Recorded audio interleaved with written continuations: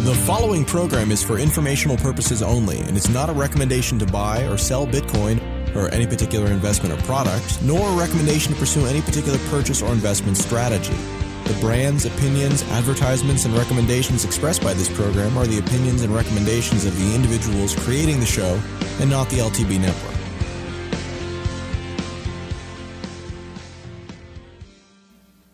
Well, hello, everybody. I'm Paul Boyer. You're listening to the Mad Money Machine. Welcome, everyone who just finished listening to the Dave Ramsey Show at KCAA Radio 1050 AM in beautiful Southern California.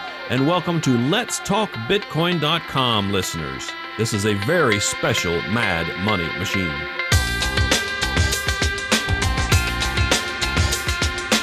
Well, this is the 8th episode of the newly repurposed Mad Money Machine, the Bitcoin Show, but overall it's the 196th episode of the Mad Money Machine, and I gotta tell you, this is the most important episode of the Mad Money Machine in the history of the world. How can I say that? Because I have been working very hard on this episode. I'm calling it Bitcoin's Biggest Threats. I will cover every threat there is to Bitcoin, and I'll talk about the dream for making it great, all here on the Mad Money Machine.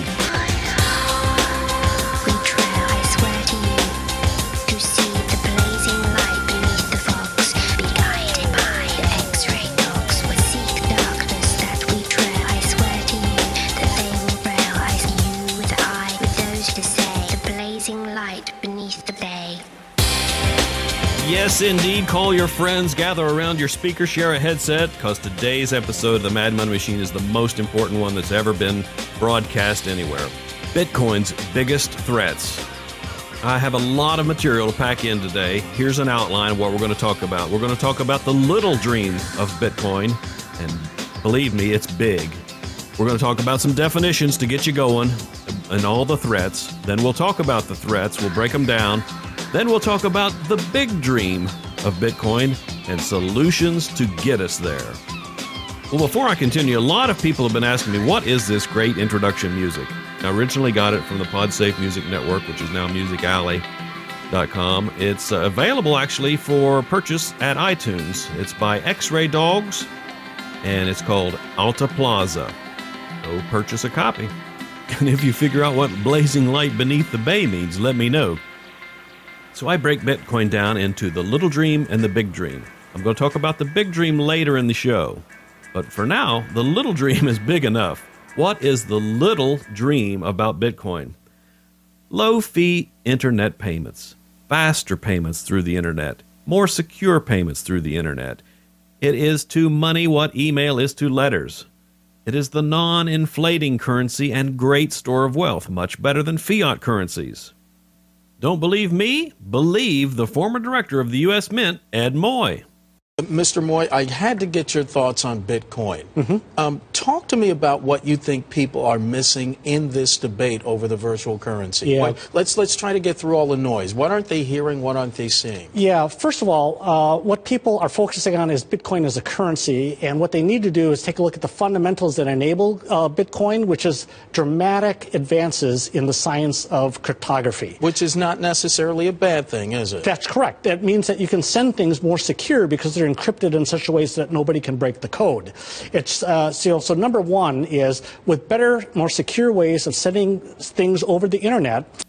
All right, pay attention here. He's going to tell you what Bitcoin challenges, in other words, what Bitcoin threatens.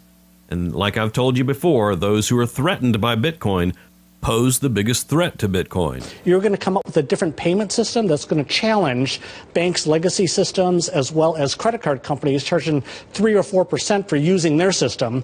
Bitcoin is peer-to-peer, so you eliminate the middleman. Those transactions are going to be cheaper, faster, and more secure.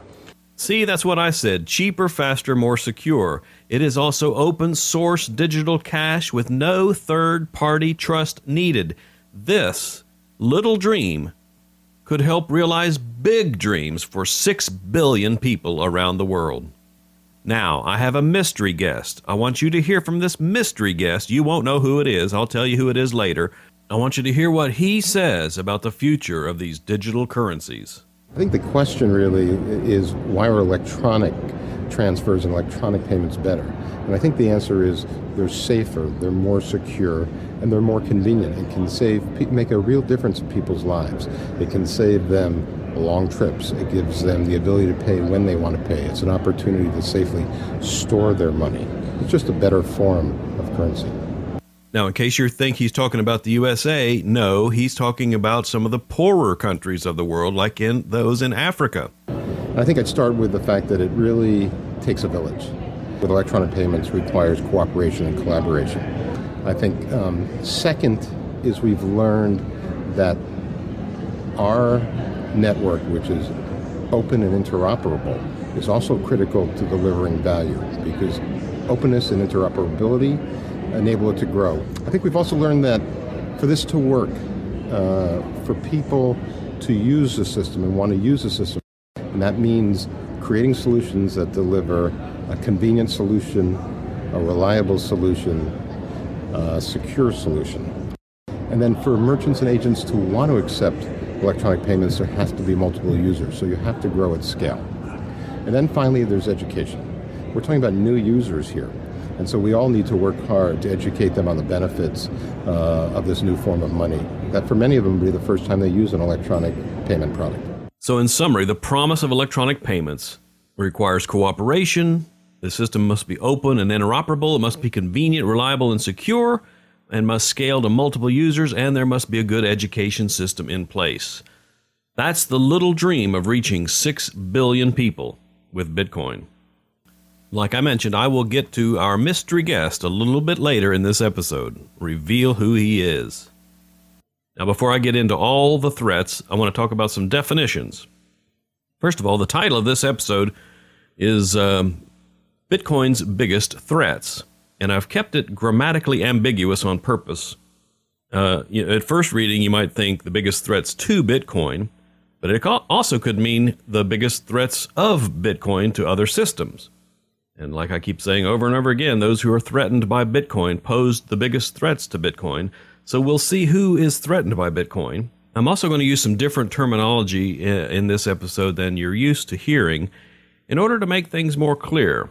So when I'm talking about Bitcoin, the payment network, instead of saying Bitcoin with uppercase B, I'm just going to use the word the blockchain. Now I realize Bitcoin, the payment network, is more than just the blockchain. It's the protocol, it's the wallets, and so forth. But blockchain gets the point across. And then when I talk about Bitcoin, lowercase b, the currency, instead of talking about Bitcoin, I'm going to use millibits. Millibits gets the point across that we're talking about money. And in fact, March 1st is coming up. That is millibit conversion day, the day we're all supposed to start using millibits instead of Bitcoin when talking about the currency. So in talking about threats, we can talk about threats to either the blockchain or to the value of our millibits. Why do we need a list of the threats? Just like any good preparedness group, I know survivalblog.com always talks about preparedness. Boy Scouts' motto is be prepared. We need to understand what the threats are to Bitcoin so that we can be ready for when we are attacked. Achieving security and being prepared means imagining an endless list of possibilities, just like fighting terrorism. You know, the old saying goes, we have to succeed every time to fight the terrorist, but the terrorist only has to succeed once. For Bitcoin, though, the technical aspects, the technical threats to Bitcoin, it seems like once a hacker does succeed, Bitcoin succeeds every time after that, because we repair the system and it gets stronger.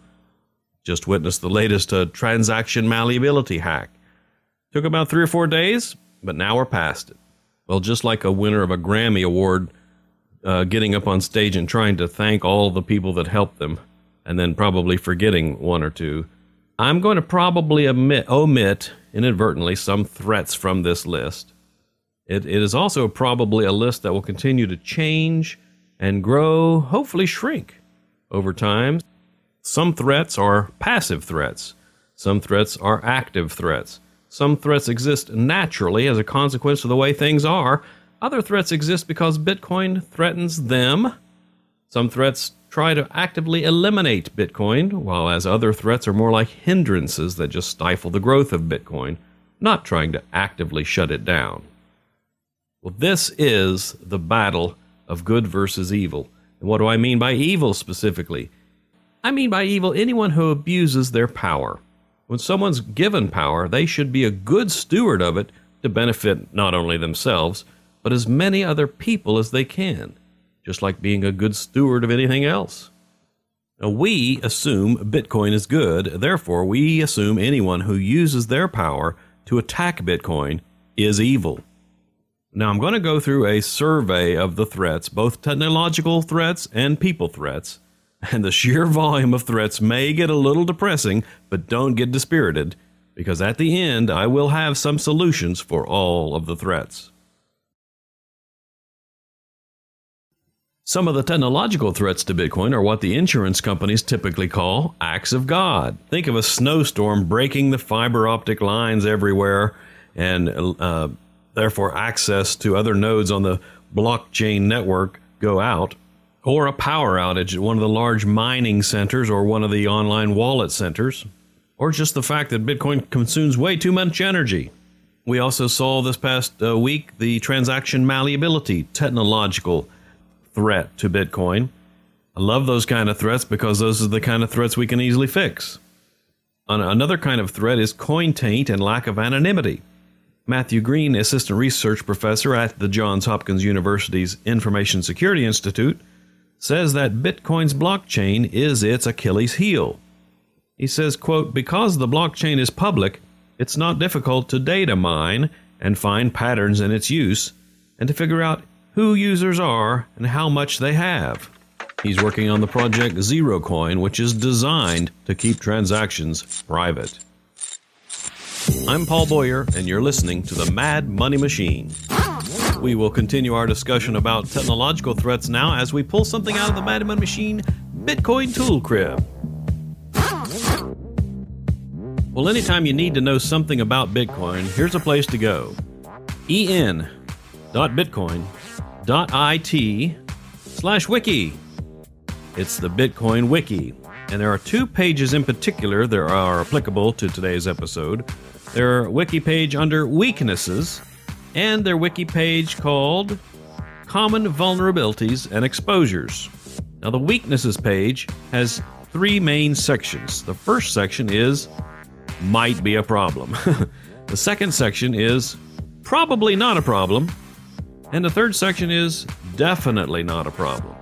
So under Might Be a Problem, here are some of the threats to Bitcoin. Wallet vulnerable to theft. Second one is tracing a coin's history. We just talked about that. Third one is what's known as a Sybil attack. That's where an attacker can attempt to fill the network with clients controlled by him. You would be very likely to connect only then to that attacker nodes. Packet sniffing is a problem, where someone can see all of your internet traffic. There's a big list of denial of service attacks that are possible. There's a threat called illegal content in the blockchain. And they say it's illegal in some countries to possess or distribute certain kinds of data. And since you can put arbitrary data in the blockchain, that could potentially make some pieces of the blockchain illegal in certain countries. They are not currently considering seriously any solutions to that. The next section then is probably not a problem. I'll list them out. Probably not a problem, breaking the cryptography. Probably not a problem, scalability. They talk about segmentation. They talk about attacking all users, where it says the IP addresses of most users are totally public. You can use Tor to hide this, but the network won't work if everyone does this. And they talk about the probably unlikely threat that an attacker has a lot of computing power, known as the 51% attack.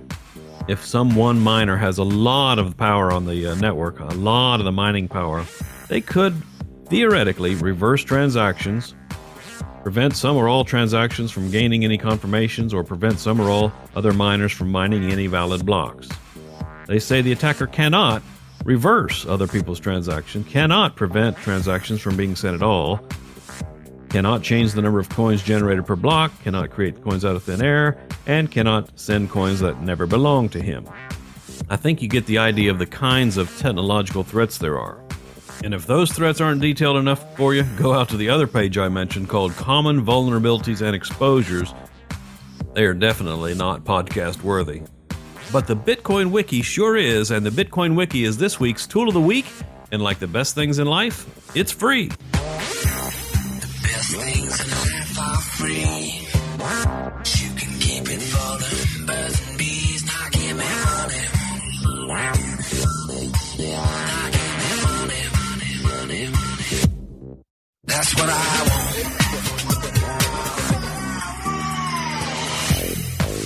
Well, that's the fastest possible survey of some of the technological threats. Yeah, I guess I didn't cover every technological threat there is by any stretch of the imagination. That's why there'll be more Mad Money Machines coming to you every Tuesday, as we need to know all the technological threats. Well, the most interesting threats, perhaps, aren't the technological threats, but are the actors, those people who have a reason to threaten Bitcoin. And why would someone want to threaten Bitcoin? Well, because they're threatened by Bitcoin. Maybe they work for a bank. Maybe they're the CEO or the CFO of some competing technology to Bitcoin. Here's what Paul Rosenberg wrote. He says, I say that Bitcoin will be attacked for the simple reason that it is the anti-fiat currency. And a lot of very powerful people have their entire kingdoms built upon fiat currency and its central banking game. He continues, it is actually very similar to gold and silver in its overall effect.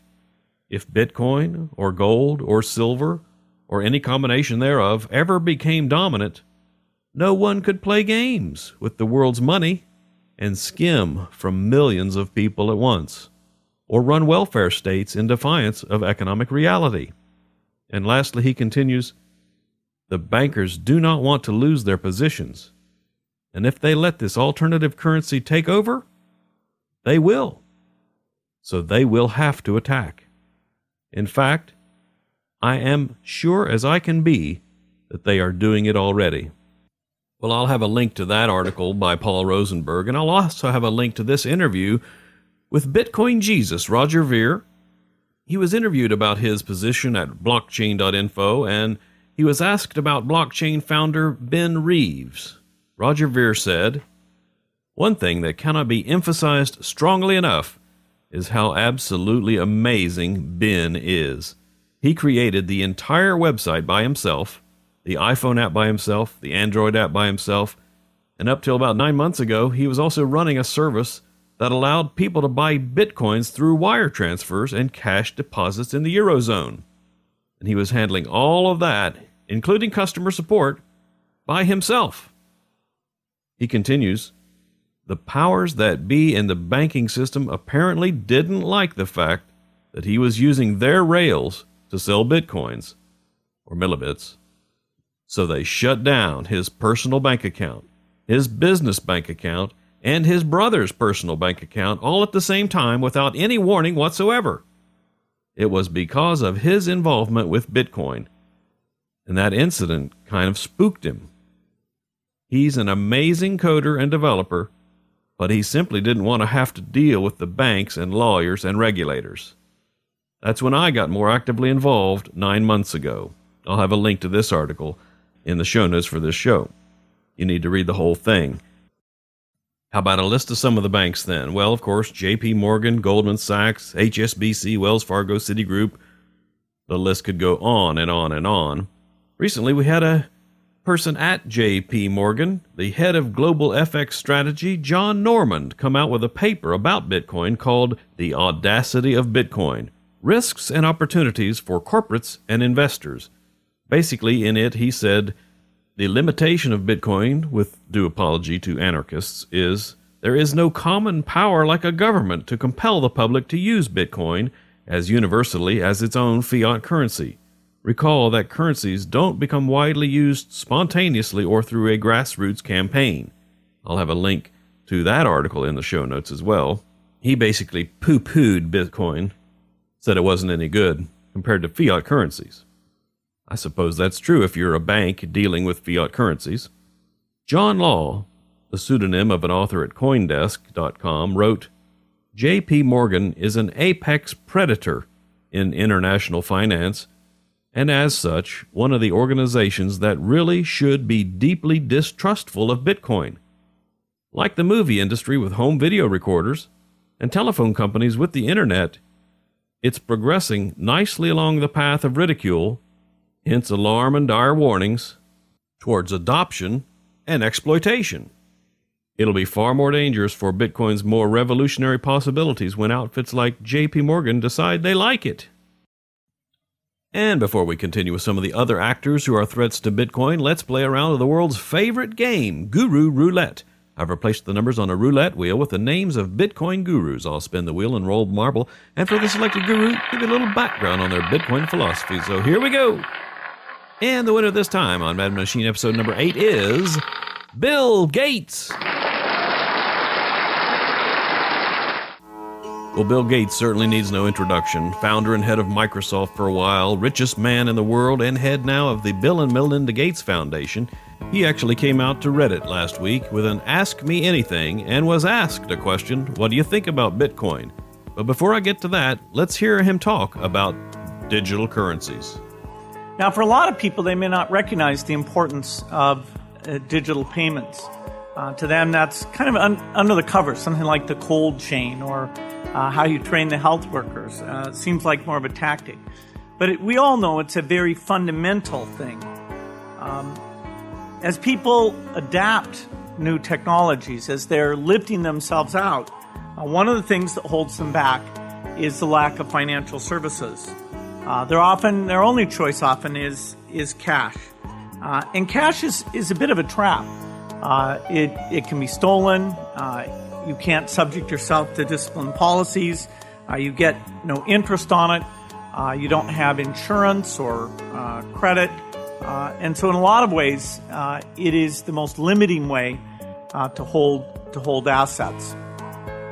But just 23% of poor people have access to any type of formal financial services. And if you go out in rural areas, if you go out to women, the numbers drop even quite a bit below that. All right, so far so good. He's making a pretty good case for the use of Bitcoin in the poorer countries. So what is it about digital payments that can change this? Of course, we're building off of the huge investment made because of the communication application. That's where the wireless networks, the devices all get built out. But because these devices are general purpose in nature, with screens, processors, digital information being transferred wherever the network covers it, we can take these and use them in different areas. We can use them in agricultural information, health information, but perhaps the most important thing after communication is the digital payment. The digital payment, first and foremost, lowers transaction costs. So somebody who's trying to spend 50 cents or save $5, who would be paying fees on the order of 20% or more, and therefore would find that very unattractive relative to cash. With these kinds of systems, the fees can be very, very low. It's not just the fees, though. That's an enabling factor. Once you get to that point, then the room for innovation is quite phenomenal. Don't you like what he's saying here? I mean, low fees and the room for innovation and all the neat products, the financial products that can be brought to the poor people around the world. Well, Bill Gates went on to talk about the problem of financial regulations getting in the way of innovation. Financial regulations can stand in the way. How customers register in a very simple way. That today is one of the biggest problems. It's been interesting to see how we're avoiding that. In the few countries, we're moving towards critical mass. It's only 4 or 5 countries today, but as the years go on, I expect that ones that are not participating will see the benefits, and they'll very quickly want to join in as well. Well, congratulations, Bill Gates. You're the guru on Madman Machine, episode number 8. So if you thought he was talking about Bitcoin, listen to the question and answer out on Reddit. Sharukan asked him, what are your thoughts about cryptocurrencies like Bitcoin? Bill Gates answered, the foundation, that's the Bill and Melinda Gates Foundation, is involved in digital money. But unlike Bitcoin, it would not be anonymous digital money. In Kenya, M-Pesa is being used for almost half of all transactions. Digital money has low transaction costs, which is great for the poor because they need to do financial transactions with small amounts of money. Over the next 5 years, I think digital money will catch on in India and parts of Africa and help the poorest a lot. Well, if he wasn't talking about Bitcoin, what was he talking about? Well, point your browsers to this website. Get ready. BetterThanCash.org. BetterThanCash.org. Who are some of the funding members of BetterThanCash.org? Well, certainly the Bill and Melinda Gates Foundation, but also Visa, USAID, Citi, the Ford Foundation, MasterCard, and the Omidyar Network. And yes, they're not talking about Bitcoin, but debit cards. This association, Better Than Cash, was founded in September of 2012. What's that, about 4 years after the invention of Bitcoin? And as I kept writing my notes here about better than cash, better than cash, better than cash, I stopped wanting to write out better than cash, and I wanted to abbreviate it. Better than cash. BTC, are you kidding me? The abbreviation for Bitcoin. Is better than cash a threat to Bitcoin with these well-financed backers funding it? What if Better Than Cash decided to create an altcoin? Backed by Visa, American Express, MasterCard, Western Union, MoneyGram, JP Morgan, and Citibank. Would it be like Apple taking over the market for MP3s? Bill Gates mentioned that their debit cards were not anonymous. Well, the issue with Bitcoin versus Better Than Cash is trust. What if a government decides that a group of people is their enemy and decide to turn the switch off on Better Than Cash for them? They can control where eCash is spent as well. They could disallow it from being spent outside their country. Wouldn't it be great if BTC, Better Than Cash, decided to put their efforts into BTC, Bitcoin, instead? Not controlling it, just helping it. And now I can reveal who our mystery guest was in the clip earlier. You remember this one? I think the question really is, why are electronic transfers and electronic payments better? And I think the answer is they're safer, they're more secure, and they're more convenient and can make a real difference in people's lives. Let me play part of the interview that I didn't play for you before. I think I'd start with the fact that it really takes a village. This requires government disbursements with electronic payments, requires cooperation and collaboration between governments, banks, networks like ourselves, NGOs, merchants, and agents. Well, his name is Douglas Mitchelman. He's the global head of corporate relations for Visa. And of course, he wasn't talking about Bitcoin either. He's talking about Visa and their debit card, coming to the aid of poor people everywhere. Now, if you go out to betterthancash.org, you'll find that these guys have a very slick sales pitch. They hardly mention technology at all. All they mention is the benefits, the benefits, the benefits, the benefits. I encourage anybody who is a Bitcoin evangelist to go out to betterthancash.org, watch some of the videos, read some of the papers, listen to their sales pitch about how their electronic cash system benefits people, and just copy and paste it and replace electronic cash with Bitcoin. I'm Paul Boyer. You're listening to the Mad Money Machine. If you like what you're hearing, please send a tweet, including @MadMoneyMachine, and say what you like about the show. Also go to madmoneymachine.com and consider giving a generous donation to the show. We're taking a look at this episode at Bitcoin's biggest threats. Already talked about technological threats, talked about the banks, talked about Better Than Cash. Also, part of payment providers, it would include PayPal, Visa, MasterCard, American Express, yes, Western Union, MoneyGram. There's another one I came across operating in the South Pacific called ClickX, KLICKEX. I'm not going to play their clip, it's kind of boring, but they're already underway. They're a way to transfer currencies between people, between countries. What are some other potential businesses or companies that maybe aren't threatened just yet by Bitcoin, but could be threatened by Bitcoin? Stock exchanges, believe it or not, could be threatened eventually by Bitcoin, because the blockchain, after all, is just a ledger of who owns what. which is what the stock market does, and what your stockbroker does, and what a commodity broker does, and what a real estate broker does. None of these corporations are threatened by Bitcoin yet, but they soon will be. 2014 is the year of Bitcoin 2.0.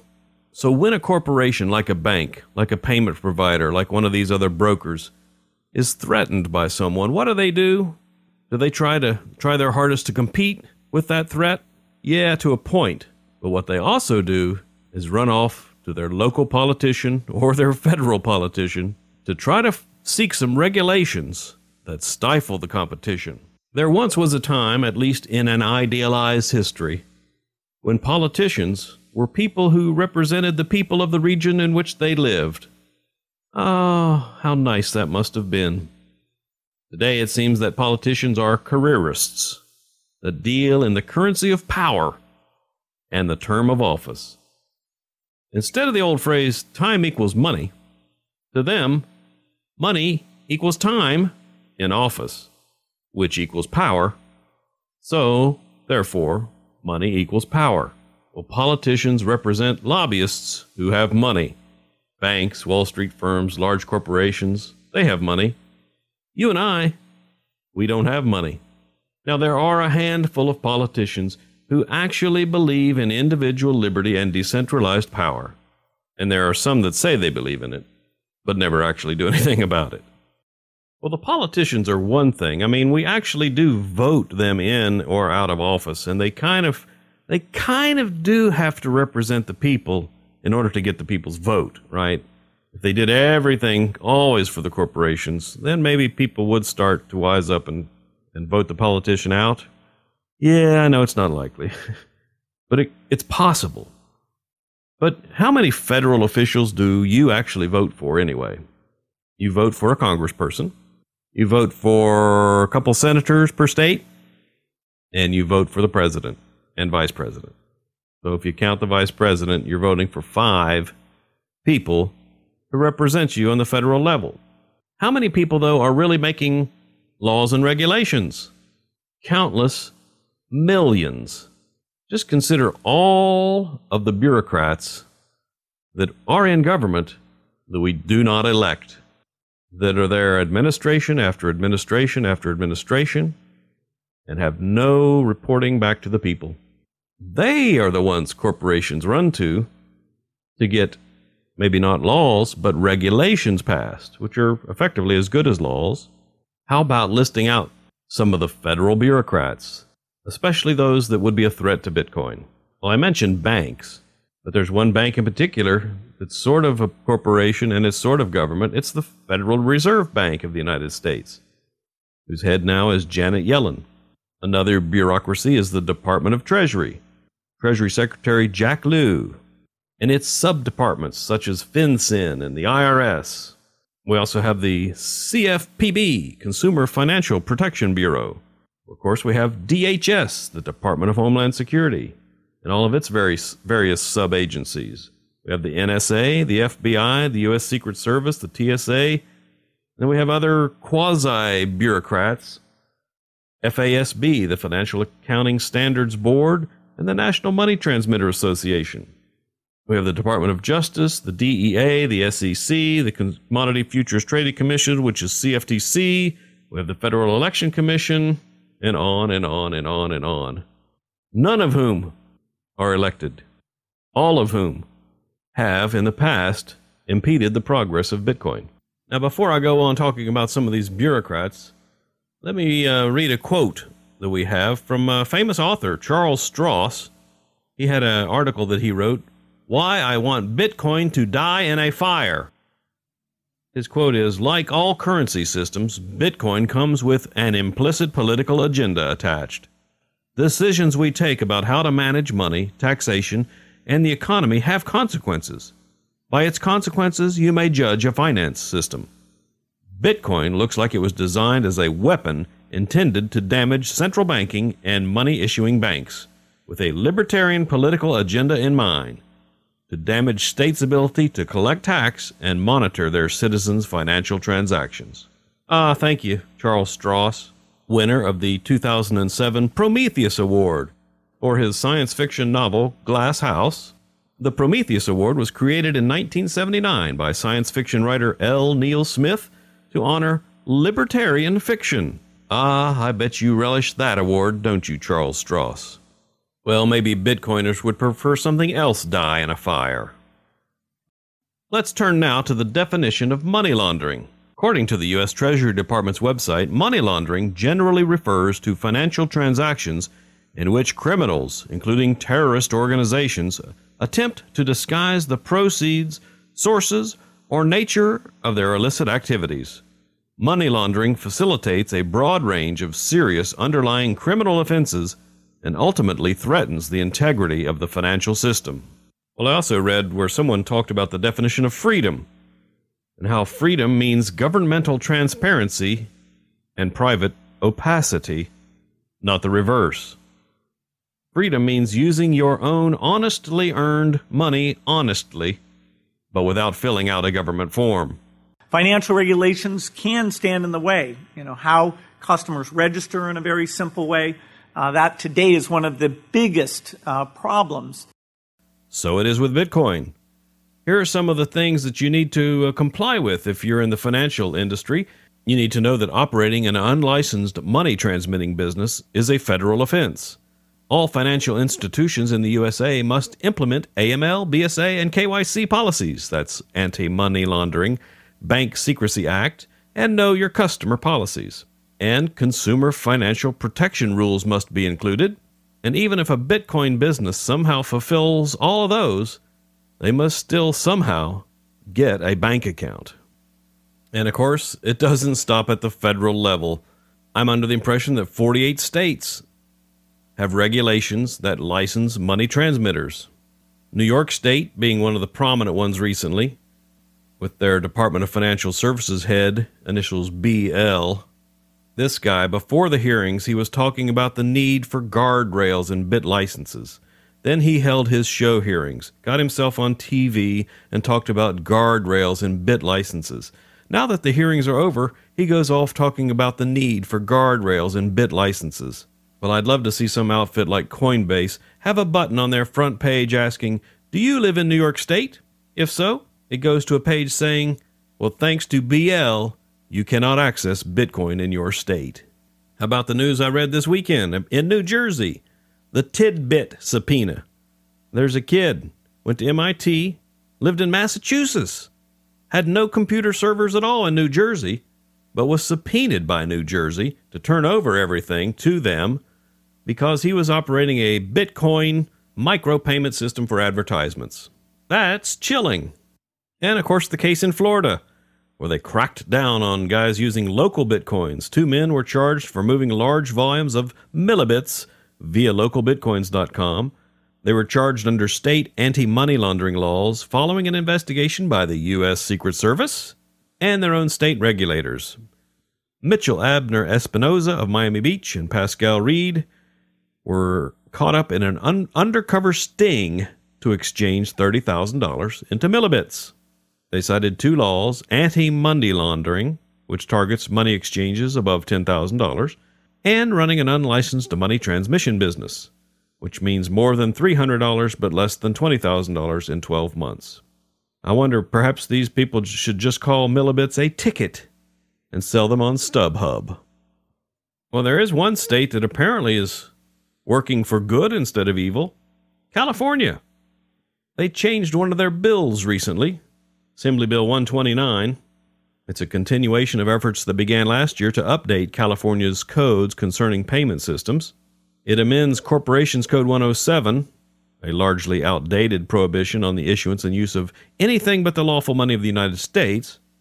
The section in there says it doesn't prohibit the use of alternative currency redeemable for lawful U.S. money, and a person shall not be required to accept alternative currency.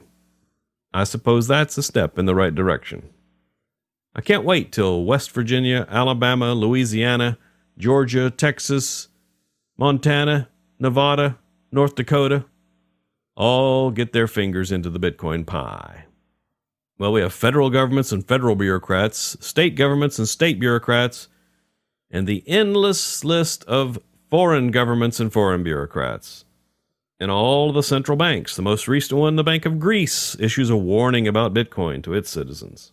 The head of the central bank in the Netherlands said Bitcoin is nothing more than tulip mania, except at the end of the day, you had a tulip. In Canada, the finance minister Jim Flaherty said in his budget document, it's important to continually improve Canada's regime to address emerging risks, including virtual currencies such as Bitcoin, that threatens Canada's international leadership in the fight against money laundering and terrorist financing. The budget went on to promise anti-money laundering and anti-terrorist financing regulations for virtual currencies such as Bitcoin. And on it goes. There's the FATF, the Financial Action Task Force. It's an intergovernmental body established in 1989 by the ministers of its members' jurisdictions.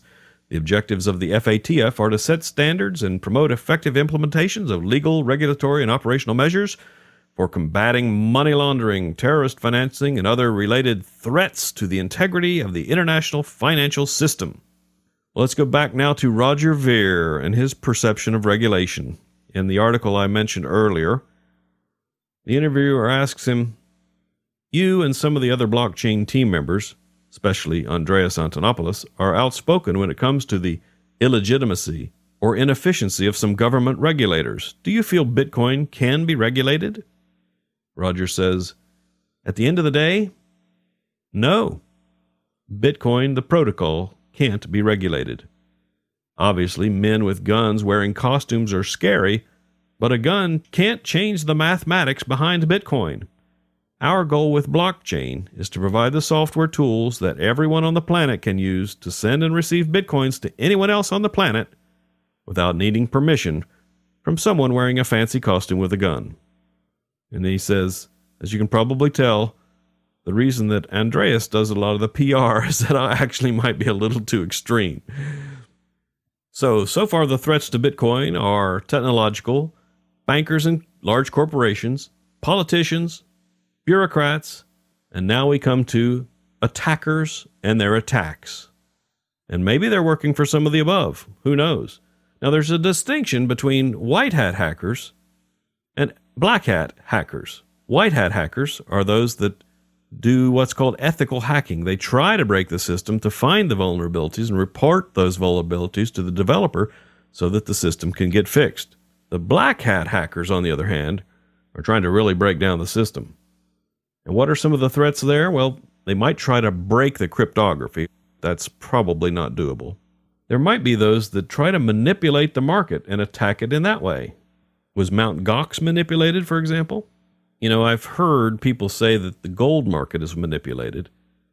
Well, the total value of all the gold in the world is $6.8 trillion. Compare that to Bitcoin's $8 billion.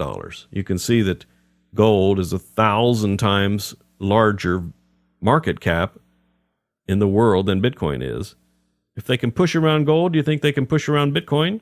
What about miners and attacks against the miners? Well, mining is the rewards program for the blockchain in which people who use their computer power to verify the blockchain are given millibits for their effort. What if they just stop? What if they're shut down? What if they're hacked? What if they switch to mining something else or doing something else? What if they're no longer incentivized to mine Bitcoin? What if miners form tighter and tighter conglomerates?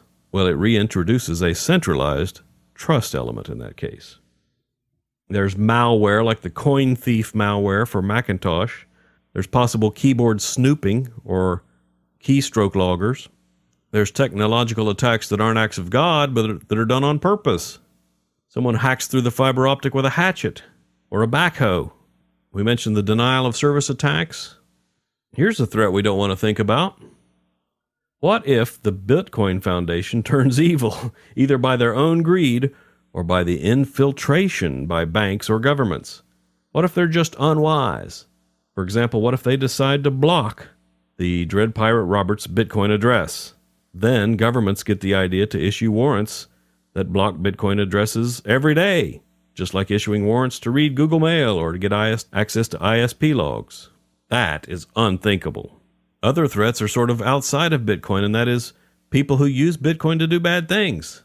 That certainly is a threat to the cause of Bitcoin. We don't want to see that. Under this broad category of people who are threats to Bitcoin, we add one more. That's the threat of public perception, PR, and the media.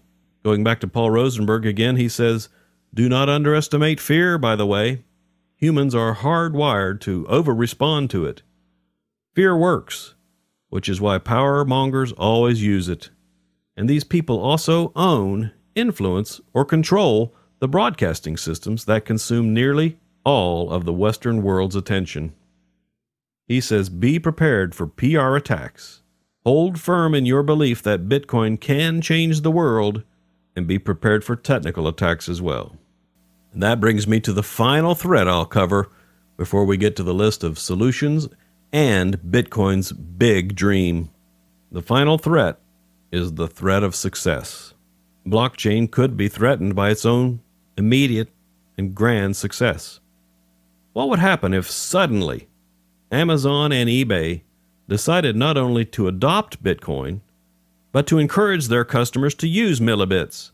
Amazon shunning credit cards and eBay shunning PayPal? Yes, we can dream. But imagine the surge of new users. Imagine also then the surge of problems associated with people forgetting their wallet passwords, misusing their wallets to send incorrect payments. Imagine the stress to the blockchain in trying to process 10 times or 100 times the transaction volume. What would happen if Katy Perry decided to sell her new album exclusively for millibits? Currently, the protocol is set to handle 7 transactions per second. Compare that to Visa, which can handle 10,000 transactions per second. Now, according to the articles I pointed to you earlier in the Bitcoin Wiki, scalability is not a problem. In fact, there's a whole article on their wiki about scalability. Some of the solutions include using local blockchains that build up transactions and then square up with the real blockchain every so often with large transactions. So we've covered a lot of threats in this hour. Technological threats and threats from people. Hackers to bureaucrats. To me, the biggest threat of them all is the bureaucrat. If you give them an inch, they think they're a ruler. And the biggest weapon in their arsenal is cracking down on someone, accusing them of violating anti-money laundering laws. Matthew Green at the Johns Hopkins University, who is participating in the invention of ZeroCoin, says, ZeroCoin is like the world's biggest laundry. One that can handle millions of users, has no trusted party, and can't be compromised. So while regulators are working on anti-money laundering regulations, developers are working on laundering applications. Why is anonymity needed? So that we're not afraid of accidentally getting caught in some compliance snare. Bill Frezza out at Forbes said, one day there will be a global digital currency in widespread commercial use whose value will not be controlled by central banks. Governments can forestall this day, as they have for the past 20 years since the first digital currencies were launched. But the market demand for an alternative to inflation-prone fiat money that can be conveniently, securely, and inexpensively exchanged over digital networks will be too strong to resist. The currency described might not be Bitcoin, at least not in its current configuration. And he goes on to say that dramatically staged arrests and prosecutions will become a way of life as enforcement agencies scale up their campaigns of intimidation. Some people actually believe that the regulators actually like Bitcoin because they think they have us under their thumb. Article out at hackingdistributed.com entitled Why Demand Loves Bitcoin says Bitcoin has a lot of exciting uses, and the Fed's love affair with Bitcoin will pave the path for other cryptocurrencies, including modified and improved versions of Bitcoin. These currencies may well end up offering stronger guarantees than the current Bitcoin system. For instance, ZeroCoin offers improved anonymity, even though I cannot tell how one makes change in ZeroCoin despite having read their paper carefully, but I remain convinced that this is a minor, solvable problem, and I am sure that there will be other, yet-to-be-invented currencies with even better features in the future. Little does the man realize that once we all commit to a new way of doing business, it'll be difficult to unwind his policies when the systems he cannot manipulate or navigate come along. And one of those systems might be an article I read recently about P2P exchanges. And this is a system where you simply load up your software client, it connects to the network, and it looks for other people, other nodes, other individuals who are willing to buy or sell millibits. How does this work? It uses some advanced features in Bitcoin, like the need for 3 keys to approve a transaction. A person purchases their millibits from the other person, perhaps with a wire transfer from a bank. The thing about it is, the bank doesn't know what the transfer is for. So the solution to all these threats: better technology and more crypto. Support freedom, and sure, vote for politicians that promote individual freedom and tiny government. Why not? Support institutions that promote freedom, and withdraw your support from institutions that inhibit freedom. So before I wrap up this show talking about Bitcoin's big dream, let's do like I do every week and take a minute to look at the market in millibits. Bitstamp is showing a price of about 64 cents a millibit. The high in the past week was 72 cents and the low 53 cents, so kind of a volatile week at Bitstamp. But wait, look at the volatile week at Mt. Gox. A high of 62 cents, a low of 22 cents per millibit. Ouch. They're currently trading at about 34 cents. There are about 12.4 billion millibits in supply. At that price, it gives us a market cap of almost $8 billion. That's your Mad Money Machine Market Minute. What is Bitcoin's big dream then? Well, sure, Bitcoin's little dream helps 6 billion people. But we can't get there if every bureaucrat with some agenda cries, money laundering, money laundering. Bitcoin's big dream, then, overcomes even this.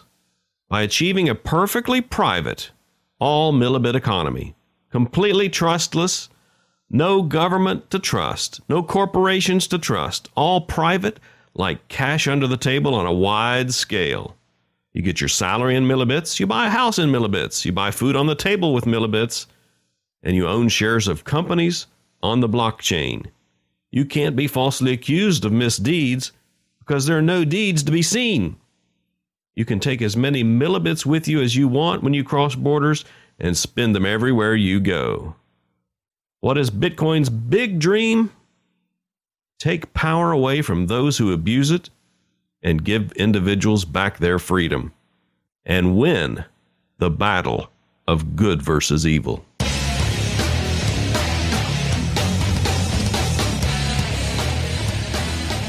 Well, stand firm in the face of threats. This is Paul Boyer saying it takes money to make money, and it takes millibits to make a Mad Money Machine. If you like the show, send out a tweet including @MadMoneyMachine. If you're enjoying the Mad Money Machine, I ask you to support it. The offering plate is coming down your pew. Pitch in at madmoneymachine.com. Thanks so much. See you next Tuesday.